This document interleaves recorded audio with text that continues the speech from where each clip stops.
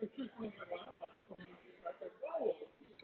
everybody, welcome to our third Ladies the Architects virtual study group. And today I'm absolutely delighted to welcome our first guest presenter, Charly Prinsloo. And she is joining us from the warmth of Austin, Texas today. And she has very kindly volunteered to take us through OAuth 2. As part of the Identity and Access Management Designer exam. Before I hand over to her, I want to just take you through a couple of things, first of all. Now, we need to celebrate 3 achievements, or rather 4 achievements, for the month of February and also for January. So I just wanted to give a congratulations to Susan, Tammy and Charlie, who have all achieved architect certifications in the last month. So Susan's become an app builder. Tammy has worked her way up the left-hand side of the pyramid and is now an application architect. Congratulations. And Charlie has achieved the field service lightning consultant examination. So congratulations to Charlie. Okay. So I'm going to hand over to Charlie to introduce herself. Charlie, when you want me to change the slides, just give me a shout, okay? Sure. Hi, everyone. I'm Charly Prinsloo, and I actually kind of look like my picture, I hope. I have been working on Salesforce since 2005, very accidental admin, well, accidental developer from the start. And I soon after joined a partner in South Africa and then worked my way through the Salesforce material and ended up working with Deloitte about 3.5 years ago. I then moved to Deloitte in the US, where I am at the moment. I have got my app architect, my system architect. I only have 1 super badge. I try to work on the super badges, but it takes so much time, and with running projects as well. But I'll get there. Yeah. My next planned cert is mobile designer. I've been planning to do that one for months, and I must admit I did do it once and I did fail it, and I realized I don't know much about mobile devices. So that's something I'm learning and going back to the basics and figuring out how the SDK especially is working. So I'm planning to do that by the end of March, hopefully. I've got a busy March lying ahead of me. I have been talking to the Salesforce team, Deborah and Suzanne, and it looks like I'll be going to the boards in April. Yes. Which is only about 8 weeks away. So we'll see. I first have to figure out mobile. Fantastic. So yeah, that's me in a nutshell. And I just wanted to say I'm not in Austin. I flew into Los Angeles late last night. Okay. I'm in sunny Los Angeles, and I'm looking out from my hotel room, and I can see the Hollywood sign and some kind of big studio. I think it's Fox or Sony from my window. So very nice. That's fantastic. Wow. All right, so that's me. We can get started if everyone's ready. So when I volunteered to do the OAuth session and I started doing my preparation, I thought, where will I start? And then I remembered I have a 3rd grade daughter. She's 9, and they learn in class about the 7 habits of highly effective children at 9. And one of them is begin with the end in mind. So I thought, let me take a leaf out of her book and I'll begin with the end in mind. And that was, how do you pass the exam? How do you understand OAuth so that you can effectively work with it? You can advise your clients and you can answer all the questions about it. And as I started working backwards, I realized that there's so much to OAuth. It's not just how do you configure a connected app in Salesforce, or how do you write a line of code that accepts a token or request access. It's about the core principle and the foundation of what OAuth 2 is and where it came from, how does it work, and only if you understand that, then you'll end up being successful on the Salesforce side. So I ended up creating these study group slides for all of that material, and we realized that it's too much for one session, so we split it into 2 sessions. So today's session is all about OAuth 2.0, the protocol, how it works, what it is, so that we understand those basics. And then in session 2, which we'll hopefully do in the next week or two, we'll tie the OAuth 2 protocol into Salesforce and how you use it in Salesforce when you're designing flows and integrations so that you can use it correctly. And please, please interrupt me if anybody have any questions. So we can move on. So where does OAuth 2 fit in the bigger picture? So I went and looked at the Identity and Access Management Certification exam guide, and I mapped it out and I started searching for the word OAuth, and it seems that the majority of OAuth 2 and the concepts of OAuth 2 is covered in the Identity Management Concepts section, which is 34% of the exam, as well as Salesforce as an identity provider, which is 18% of the exam. So by understanding OAuth and understanding how to use it in Salesforce is two of the biggest portions of the exam that you'll tackle by getting this knowledge. And I just highlighted the 4 verbatim scenarios or criteria from the exam guide on the slide. So Gemma, we will share these slides with everybody afterwards, right? Yes, and the video recording will be made available for our APAC members as well. Okay, sounds good. All right, so let's move on. Now we know where OAuth 2 fits in.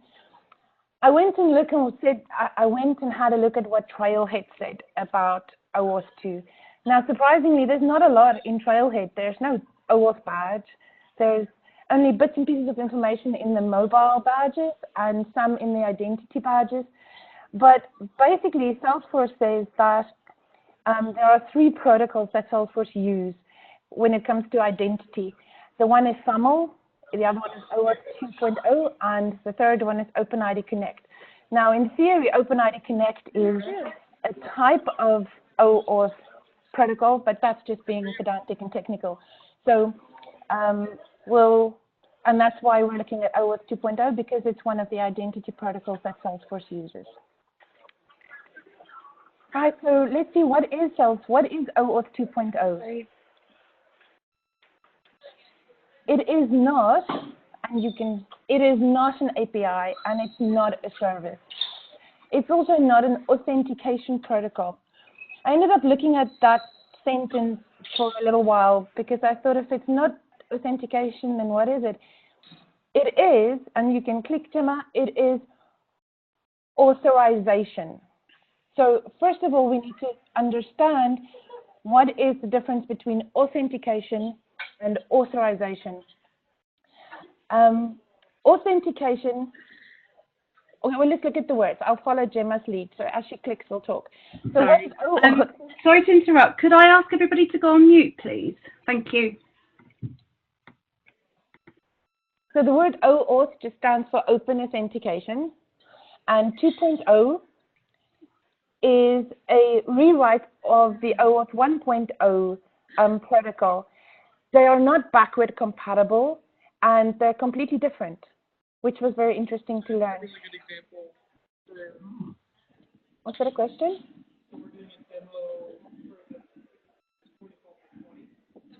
No, I can't hear. No, it's somebody's background noise, I'm afraid. It's okay. It's okay, we'll ignore it. Okay. Unfortunately, it's okay. I think it's Jordan, if you can mute him. Taken care of. Thank you. Okay. Sorry, Charlie, please continue. No worries. So it's called Open Authorization 2.0. It's the second version of this protocol, and it's completely different from the first version. It is a set of rules governing the exchange between those sets of data, and the authorization part is about whether you have access rights. So then I started thinking between authentication and authorization, and I was thinking about my children. My son is a teenager, and he needs authorization to go out at night, but he doesn't need authentication because I do know who he is. So if we were able to use OAuth, the protocol, and tie it to your children going out, I have a set of rules about him leaving the house and what he's supposed to do and how he's supposed to do it and what he's allowed to do when he goes out. And that is my protocol. That's my framework. And I give him authorization. I allow him to go out following those rules, and that's the authorization part of the protocol. So that made a lot of sense to me. I don't know if that makes any sense to you guys. Yeah, it's a really good way to describe it, Charly. Oh, good. And we are ladies. I know we're, so apologies for those that don't have children or aren't mothers. But let's move on. So the next one is an application. So what is an application? An application is anything that works on the web, on a desktop, or on a mobile. We know what apps are. It's all these icons on our cell phones and all the applications like the Cisco WebEx that we're using now. These are applications.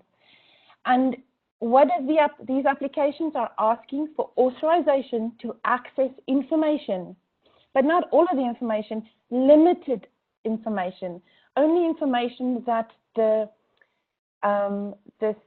service is willing to give you, and it's all through HTTP service.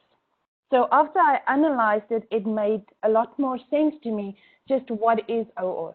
It's about giving the permission based on a set of rules to a specific application to access information on another server. Any questions on that? No? Good. Then we can move on. So why do we have OAuth 2? OAuth 2 was created, well, OAuth in general was created as a solution to the direct authentication pattern. What is the direct authentication pattern? The direct authentication pattern was made famous through HTTP basic authentication. In the old days, when you wanted to share information, you had to send the username and the password through HTTP from one system to another. This comes with so many fraud, security, and considerations that a group of people started working on a protocol, a framework on how this authentication can work. First came SSO. SSO and single sign-on was about being able to sign into one system using another system's credentials. After that concept, SAML was born. I think that was in 2005. And based on the SAML framework, the OAuth 2.0 protocol was born. Developers are using REST and stateless APIs. And if you think about REST, REST is actually just commands pushing packets of JSON over the network. And with this came a lot of APIs and a lot of developers accessing these APIs. So they needed a framework that you could manage the transmission of the data securely. And that is the birth of OAuth 1 and then subsequently OAuth 2.0. Okay, next slide.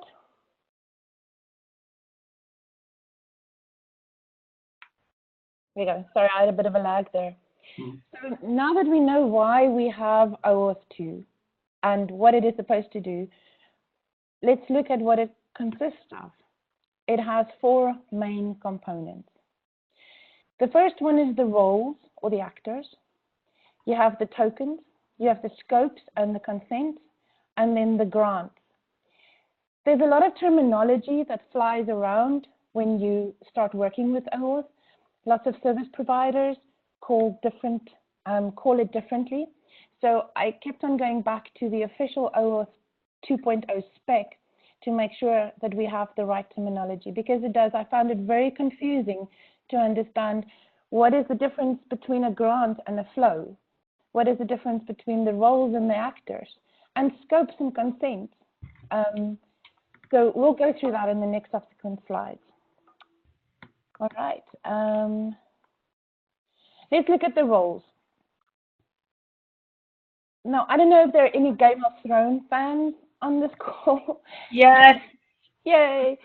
So when I started watching it, it was confusing, and I stopped watching it because of the different names in the show, because I can't pronounce those long names, and if I don't see them written down, they don't make sense in my head. So I started losing track of who's who, and when they start talking about things that happened in the past, I can't keep up. I don't know who murdered who and who did what. So I felt the same about the roles in OAuth 2, because a resource owner and a resource server and an authorization server, it's easy to get them muddled up. So it's important that we spend a couple of minutes to just talk about who the actors are, what are their roles. And then, Chris, I saw you say yay when I said I stopped watching Game of Thrones. Once I figured out, I had to Google all the names. I drew a family tree of everybody, and once I did that, I could watch the show again. So I did watch all 7 seasons. Right. So there are 4 main roles or actors in the OAuth transaction. The first one is the resource owner. Now, the resource owner is an entity that is capable of granting access to a protected resource. When the resource owner is a person, we talk to them as an end user. In the majority of our day-to-day flows, we are the resource owners. We are the end users. We use the applications. We own the information. We own our profiles on Google. We own our profiles in Salesforce. We own our profiles in Twitter and Facebook. We are the resource owners. It can, of course, be a system as well. The next one is the resource server. This is the server that hosts the protected resource. So I am the resource owner. I own my Google account. I have a Google username and a password, and on my Google account, I store a lot of stuff. I store documents, I store telephone numbers, contacts. I store pretty much my whole life on Google. But Google is the resource owner, or the resource server. Google owns those servers. My information is just hosted on his servers, even though I am the owner. The server should be capable of accepting and responding to requests so that another, don't want to use the right word, so that another service can access the resource owner's information on the resource server. I hope that makes sense. Yep. All right, now the client. Who's the client? The client is the service, the website, the application that you, me, the resource owner, is busy using. So if I'm logging into the Google app on my phone, I am accessing a client that needs to go to the resource server to retrieve that information. The client is an application making a protected resource request on behalf of the resource owner. So the app is contacting the resource server on the resource owner's behalf. The term client does not imply any particular implementation characteristics. It doesn't mean that it has to be on a server or it has to be on a desktop or on a device. It is overall encompassing. Clients can be any of those. And then the 4th one is the authorization server. So I just want to have a caveat here. I grew up with British English in South Africa, and Gemma lives in the UK, so her PowerPoint template has got a UK dictionary. But I wrote it in the States where they don't believe in using the Z's in words. So throughout the deck, you'll see sometimes it's spelled with a Z and sometimes it's spelled with an S. Yeah, there's a logical reason for that. It's just I couldn't keep track of which autocorrect is correcting what. But I see it's with a Z on this page. So, so the authorization server, this is the server that is actually issuing the access tokens to the client. So my son wants to go out on Friday night. He needs to go and get approval, authorization from my husband. Once my husband says it's fine, he can go out, he comes to me and he says, okay, can I have the car keys? Can I please go out? So I give him the access. I unlock the door. I give him the access to go out because he's already got authorization. Officially, it's the server issuing the access tokens to the client after successfully authenticating the resource owner and obtaining the authorization needed. Awesome. Does any questions on this make sense? Makes sense. Good. Really nicely explained as well. All right. So let's move on to the next one. The next component of OAuth 2.0 are tokens and endpoints. So again, there's a lot of conflicting terminology out there about tokens, and people call it different things. But officially, according to the OAuth 2 spec, there are access tokens and refresh tokens.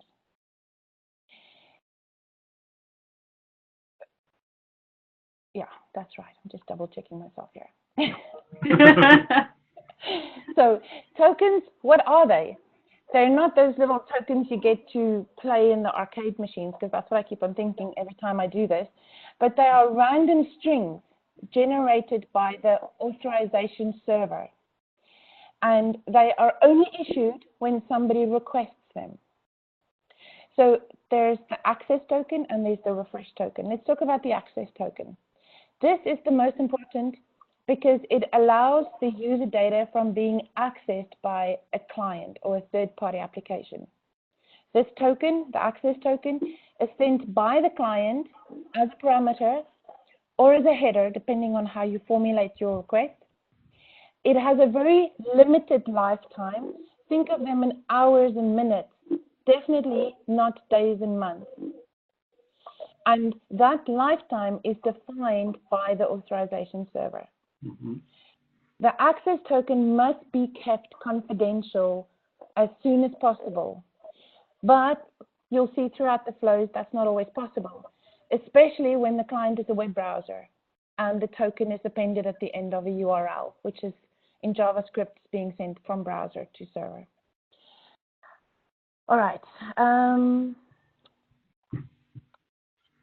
Because these tokens can be short-lived and scale out, you can't revoke them. So you just have to wait for them to time out. And that's why their lifetime is so short as well, because you do not want an access token to be out there for a very long time. All right, let's look at the refresh token. This token is issued with the access token, but unlike the access token, it is not sent in each request from the client to the resource service. So if authorization has been given and the application can now access the resource server, it can now access Charly's information, Charly's Google documents and Charly's stuff on the Google server because authorization's been granted. Each one of those requests that we make is going to have the access token, but we're not sending the refresh token every single time. It's only there to be sent when the access token has been expired, when that short lifetime has reached the end. Then instead of having to reauthorize, we can then just use a refresh token. This token is much longer lived. We're talking about days or months or years. And we use this to get new access tokens. All right. The important part about the tokens are the endpoints, because in order to get a token and in order to spend a token, you need to send it to an endpoint. So tokens are retrieved from endpoints on the authorization server, always on the authorization server. That's the server that gives you the tokens. And then the two main endpoints that needs to be available are the authorized endpoint and the token endpoint. They're separated for different use cases. So the authorized endpoint is where you go to get consent and authorization from the users. That's where you get your initial authorization. This then returns an authorization grant that says this user has consented to it. The authorization is passed to the token endpoint. The token endpoint processes that grant and says, okay, here's the refresh token and your access token. You can then use that access token to access the APIs on the resource server. Once those access tokens expires, you'll have to go back to the token endpoint with the refresh token to get a new access token. Glazed looks all around, or is everybody okay? You're going to smash CTA. All right, well, let's see. Okay, so if there are no questions, let's move on. I have a question. You said that the access token, you cannot revoke the access token, right? I also read that, but also read something else. When you revoke the refresh token, the access token would also be revoked if there was any. For example, in Salesforce, of course, this is just a specification, right? Then you have the implementation of the specification. Do you know, for example, in Salesforce, when I click revoke in the OAuth connected apps, it will revoke also any active access tokens or only the refresh tokens? Because the access token and the refresh token is issued concurrently by the authorization server, when you revoke the refresh token, it's going to end the access token. So you can't revoke an access token by itself. So you revoke the refresh token, and that will immediately cause the access token to not be active anymore. Yeah. Okay, thank you. Sure. Okay. Do you want me to move on? Yes, please. Okay. Okay, so let's talk about scopes and consent. So if you look at the slide, we can see Twitter, in my example, is the API and the authorization server, and Facebook is my client. So you can't imagine how dependent we are on OAuth, because in order to create this slide, I had to log out of my Facebook and my Twitter. And I forgot I logged out a little while later, and I was trying to retweet something, and I was trying to post something to Facebook, and it kept on asking for my username and password, which of course I can't remember. And I realized how big a part OAuth is in my life. It is about the constant authorization of me using the services, using Twitter through Facebook, and using Facebook through Twitter, and all the other services that I use on a daily basis. But what happened here is I had to go back to Facebook, and I had to go to a specific URL and say it's actually facebook.com/Twitter. And it would have remembered if I had already given my credentials, but because I revoked those credentials, it gave me the screen. I had to put in my username and password, my Twitter username and password. So I'm sending my credentials to Twitter, which I'm fine with because that's my Twitter credentials. I'm not sharing Facebook credentials with Twitter, and I'm pressing the authorized app. But I can see what the scope is going to be. So Twitter, when they set up that OAuth service, they said there are in total 7 things that we will allow another service to access. And when Facebook registered their OAuth app on the Twitter server, they chose that 4 of those 7 things will be in scope, will be allowed, will be given consent to access when somebody uses this Facebook Twitter service. So I can't read there, it's too small, but it will mean the application will be able to read tweets, see who you follow and follow new people, update my Twitter profile and post tweets on my behalf. But this Facebook service will not be able to access my direct messages, see my email address, or see my Twitter password. So we don't often read these things on the screens. We fill in our username and password and press enter as quickly as we can.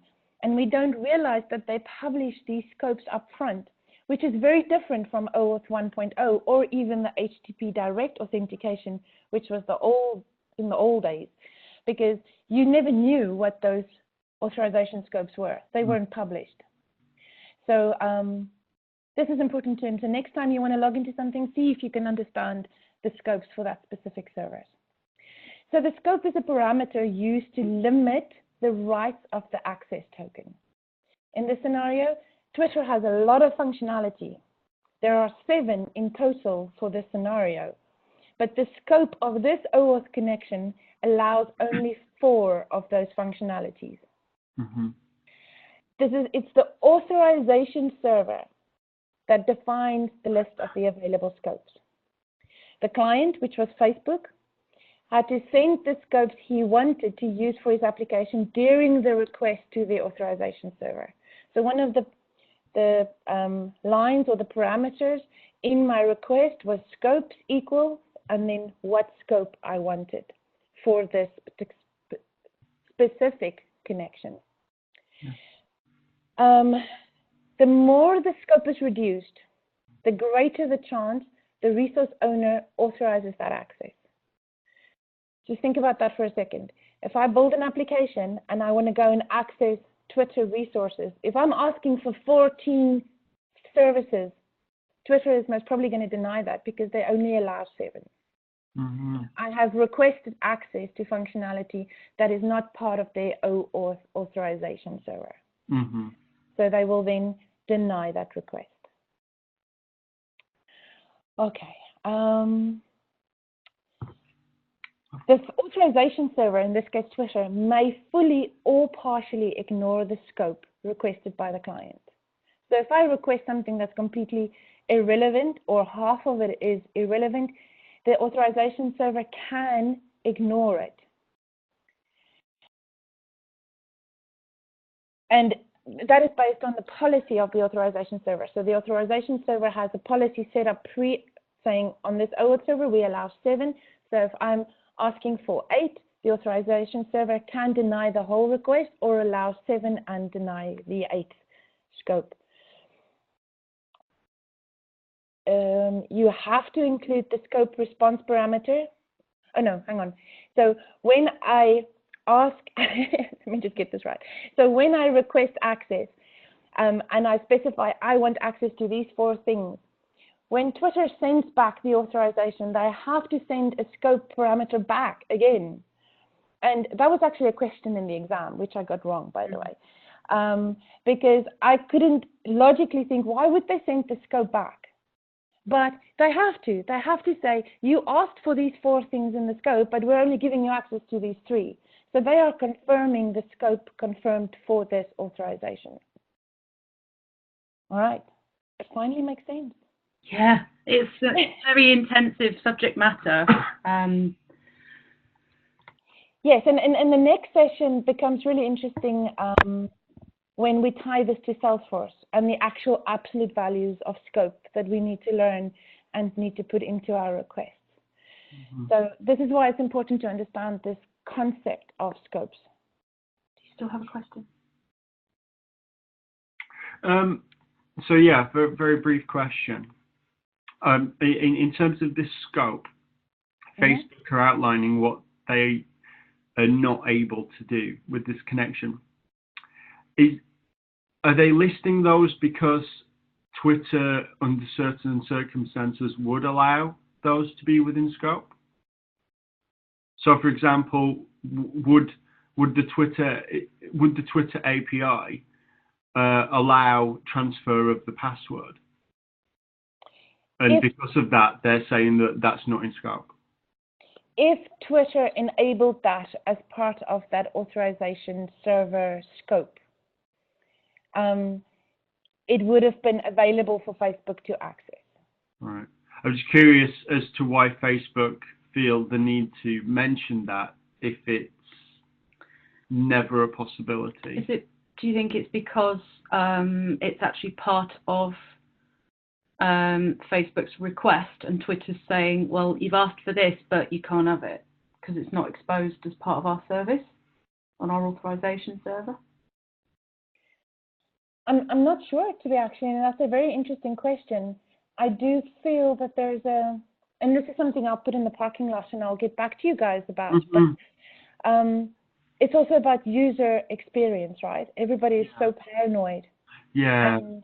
And I'm pretty sure that one of the reasons why it is explicitly saying you will not be able to is because people might have said, oh, now they can see my email, now they can get my password and my direct messages. But embarrassingly or not, I don't really know if this is, we're seeing them not be able to because Twitter is saying you could have asked for it, but you didn't, or because Facebook is saying I want that, and For his me. Twitter says no. Yeah. Okay. So I'll put that in the parking lot and I'll get back to So I you. also have a question because I was trying, I did some tests like trying to pass invalid scopes, and usually I get a message, this is an invalid scope, so it fails. So you said as part of the specification is up to the authorization server to fail or not, or? Yes. Yeah, okay. Yeah, absolutely. The authorization server has got full control to allow that scope or deny that scope based on the service that they've configured. Okay, I think I was trying Google, for example, if I pass an invalid scope, it just rejects the authentication. So it's not that it authorizes me the other ones, it rejects everything. So it doesn't say, oh, this is wrong, but you could have asked for this. It just says, sorry. yeah, this is invalid scope, so it fails my. And you said that the question specifically was if the Salesforce sends back the list of scopes granted, or you mentioned that you were. Could you just repeat that part, or I missed? Okay. So let's go through that again. The client is requesting authorization, and in that authorization request, it's asking for a particular scope. If the authorization server allows that scope, it's going to issue an access token, right? And that scope is tied to the access token. The authorization server may fully or partially ignore the scope requested by the client, by Facebook, based on the authorization server policy, or based on the resource owner's instructions. So Twitter might have a policy that they can only access these 7 things, but me, Charlie, in my settings said never share those 3. Yeah. So it's a combination of those. Okay. If the issued access token scope, if the scope that the authorization server has granted is different from the one requested by the client, the authorization server will include the scope response parameter to inform the client of the actual scope granted. Okay. As a parameter in the return. Okay, in the redirect. Okay, thank you. Okay, sure. I'll do this test now. Great, thank you. I never pay attention. Okay. All right. Any other questions on scopes and consent? All right, let's move on. We only have 17 minutes left, and we haven't even gotten to the meat of it. So I think we're going to definitely need more sessions. Yes. All right. So the next one is about grants. All right. What is a grant? An authorization grant is a credential.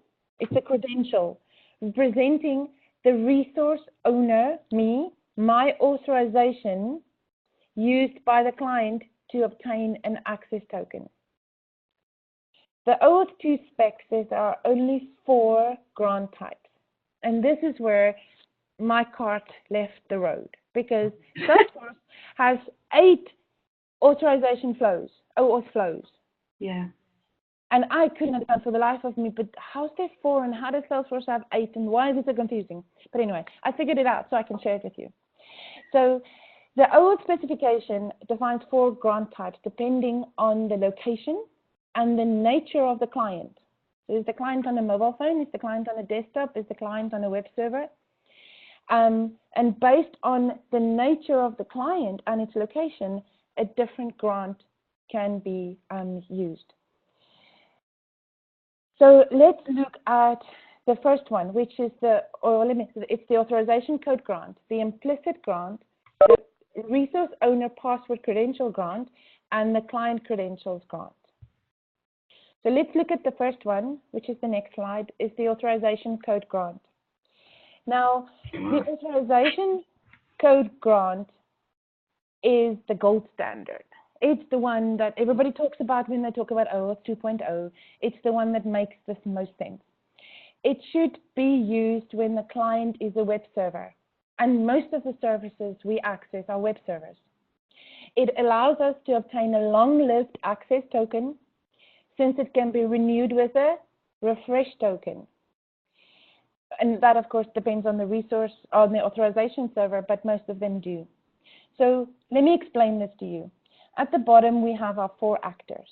We have the resource owner, the client, the authorization server, and the resource server. So the resource owner is you. The resource owner, let me just get this. The resource owner is you, is me, is us. Mm-hmm. The resource server is a Google server. The client is any website. It doesn't matter. We don't have to specify it. It's any website. And the authorization server is the Google server. So the authorization server and the resource server is the same thing. And they most often are. And that's also confusing, but they most often are. Mm-hmm. So let's think about this. I am working on a website. And on this website, it says, think about the scenario, do you want to pull in your Google information? I say, okay, that sounds like a good idea. And I say, yes, please do that. I put in my username and password for Google. The authorization server then sends an authorization code to the website in a callback response. Yeah. Mm-hmm. This code is then exchanged against an access token between the client and the authorization server. So the authorization code is now, it seems like it's doing an extra step. I'm saying yes, it's then getting an authorization server. It takes the authorization code, and exchange it for an access token.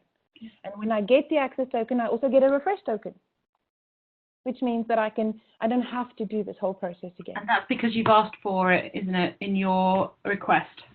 That's right. Yeah. So then it will assert back the token. Yeah. Yes. The website is now able to use this access token and call any of the Google APIs with this access token. Google knows this access token is tied to Charly's Google account, so it allows this website to call Google Docs' APIs and bring back a list of all Charly's Google Docs. Or it uses that access token to send a request to a Google Photos API, and it recognizes that that's Charly's access token and it returns Charly's information. It's actually very clever. Yeah. You never see the access token. It'll be stored by the website. So somebody hacks the website. So what? They get this access token, this gobbledygook long string of text. They don't get Charly's Google username or password. And that's the whole point of it. When Google sends back the information and the token exchange, it also sends back the token lifetime and the refresh token information. And this is the ideal scenario, guys. And it's the safest one because that information is never in the browser. It's always sent through packets of data. And the access token is not sent into the browser, which happens in the next one, which is the implicit grant. So the authorization code grant is the main flow that is usually used for most of our OAuth integrations. Any questions on this flow? All right, let's move on. Now the implicit grant, this is the baby. This is the one you shouldn't use. This is typically used when the client is running in a browser using a JavaScript, a scripting language like Java. This does not allow for refresh tokens. And this question was also in the exam, by the way. Yeah. A similar question. Yes, absolutely. But now it makes sense. Why isn't there a refresh token? Because there's no place to store these tokens. Yeah. There's no server to put them on. There's nowhere safe to store them because everything is through JavaScript. It's just JavaScript code running from a browser to, there's no web server behind this website. So imagine the client is an AngularJS application. The authorization server is a Facebook server. The resource server is a Facebook server. And I am the resource owner. So the client, which is this AngularJS web page, wants to get some of my Facebook profile information. I am redirected by the browser, which is the user agent, to the authorization server, which is Facebook. I authorize the access, and the authorization server, which is Facebook, redirects me back to the website with an access token in the URL. Mm-hmm. The access token can now be used by the website, and it can query Facebook's APIs, putting that access token at the back of the API query as a parameter. Yeah. So I'm sending tokens through HTTP packets, which means anybody can intercept them. Yeah. And I can't get a refresh token back. So this is the one, it's a very simplistic flow, but it's definitely not the required one, because if somebody does get access token, that access token is tied to my Facebook account. Facebook associates it with me. Mm-hmm. They will be able to use that access token and query Facebook and get my information and use it for whatever purpose. I don't know if anybody can ever do anything with my Facebook data, but the poor people.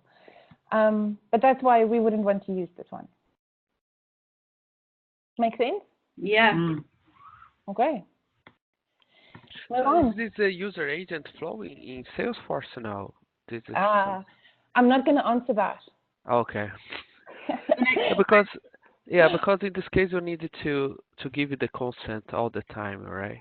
Yeah. I am going to, that was rude. I am going to answer it, but not right now. Okay. I have a whole piece where I tie these grants to the different Salesforce flows. Okay. And then it will become clear. Okay. Thank you. Wonderful. Thank you. All right. So the next one is the resource owner password credential grant. This grant is a great user experience for trusted first-party clients, both on the web and in native device applications. With this type of authentication, the credentials, and thus the password, are sent to the client and then to the authorization server. So we're sending credentials, and now my first instinct is, how can that be good? It can be good, but it is imperative that there is absolute trust between the two entities, between the client and the authorization server. So when should you use this? You should usually use this when the client, the app, has been developed by the same authority as the authorization server. Oh. So if I'm logging into a Salesforce app on my phone and it needs to authenticate with the Salesforce server, I can share. I'm putting my username and password directly into that app because I'm not worried, because there is implicit trust between the app and between the Salesforce server. So the mobile SDK example that you gave, would that overlap with this kind of grant if you were building your own mobile app that talked to the SDK? Yes, absolutely. Got you. There's implicit trust between the client and the resource, or the authorization server and the resource servers. So it's mainly used when the client has been developed by the same authority as the authorization server. So let's just quickly run through the scenario. The resource owner is, I have a Salesforce username and password in my Salesforce org. So I'm the resource owner. The resource server is the Salesforce APIs. So Salesforce has all the standard REST APIs about inserting accounts, list of accounts, deleting accounts, blah, blah, blah. We all know what the REST APIs are.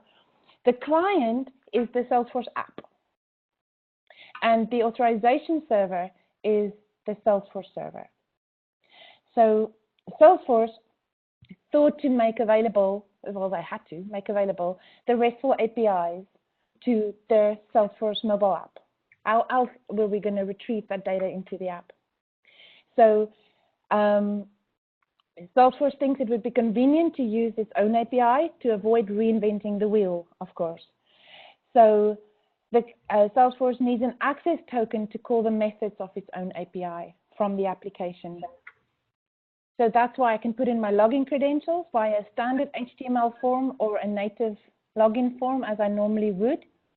And the server-side application, the actual server, will exchange my credentials once it receives my credentials, and it will exchange it for an access token from the authorization server, the Salesforce authorization server. Now the mobile app has this access token, and now every time it queries the APIs, it just passes the access token. So to get authorization, I put in my username and password because I trust it. That username and password, or resource owner password credentials, is exchanged for an access token, and it's sent back. All right, but we have 4 minutes left, so what do we do? Do we carry on for some more? We have, I mean, if people are happy to carry on for another 10 minutes, and then we, yeah. Oh, right, sorry, I was looking at the wrong clock. So we could do the client credentials grant and then look at them at a glance, and then we can close the first session and arrange the next episode. Okay, sounds good. Okay. All right, so client credentials grant. This is also one of the simplest of the OAuth 2.0 grants.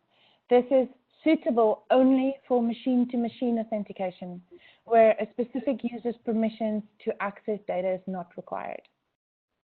If a machine is if my fridge is connecting to Salesforce, it doesn't need Charly's permission so that the fridge can access, or Salesforce can access my fridge. I have to work on that use case a bit, but okay. Drink all your beer. Hey, I don't want to waste time, but we connected Salesforce to a coffee machine because we always said we can make Salesforce do anything. And somebody said, can it make coffee? And I said, yes. So using SOAP APIs, we connected it to a web-enabled coffee machine. And then there was a big button on the Salesforce homepage. When you press it and say, make coffee, the coffee machine starts brewing coffee. Oh, my God. So that's machine to machine. It didn't have Charly's permission needed in order to access that service. This type of authorization is used when the client is himself as the resource owner. So the client, the application, the fridge, the machine is the resource owner. They own the information. There's no authorization to obtain from an end user. So the example would be the resource owner could be any website. The resource server would be Google Cloud Storage. The client will be the resource owner. It'll be the website. And the authorization server is a Google server. So the website stores its files of any kind on a Google Cloud Storage. So Ladies Be Architect's website is storing all the study materials on Google. The website must go through the Google APIs to retrieve or modify the files and must authenticate with the authorization server. So the website has its own account. There's no Gemma or Charly that logs in. The website itself has is the resource owner. Once authenticated, the website obtains an access token, and now that is used to query the resource server every time it wants to retrieve or access documents. So here, the end user does not have to give its authorization for accessing the resource server, and that's the important part. There's no end user, then you use the client credentials grant and not the resource owner credentials grant.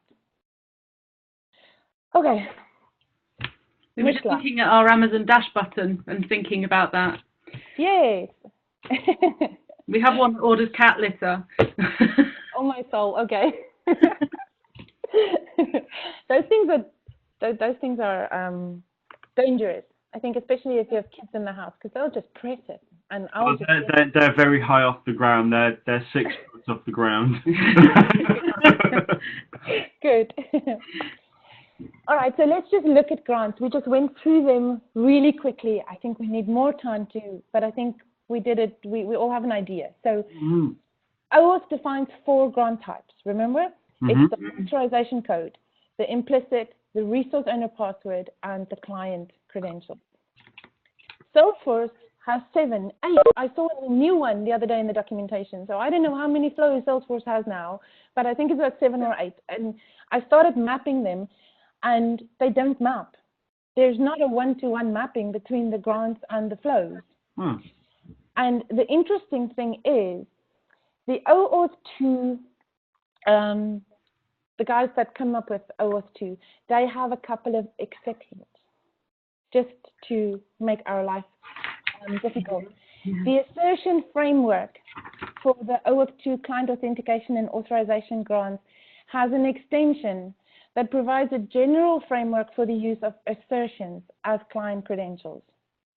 So Salesforce based their JOT token, their SAML bearer assertion, and the SAML assertion flows on this amendment of the OAuth 2. So it's all still basically authorization code, the authorization code grant, but it's swapping the access token for a bearer token. Okay. And the one is a SAML token, if we've implemented SSO, and the other one is a JOT token. And the first time I heard somebody say JOT, I said, can't they read? It's JWT, but apparently it's pronounced JOT. Yeah. Yeah, JOT. And you've got to say it with attitude. So, so our next session is going to dive into that, is looking at the Salesforce flows, because that's what the exam is about. That's what we need to understand in order to build.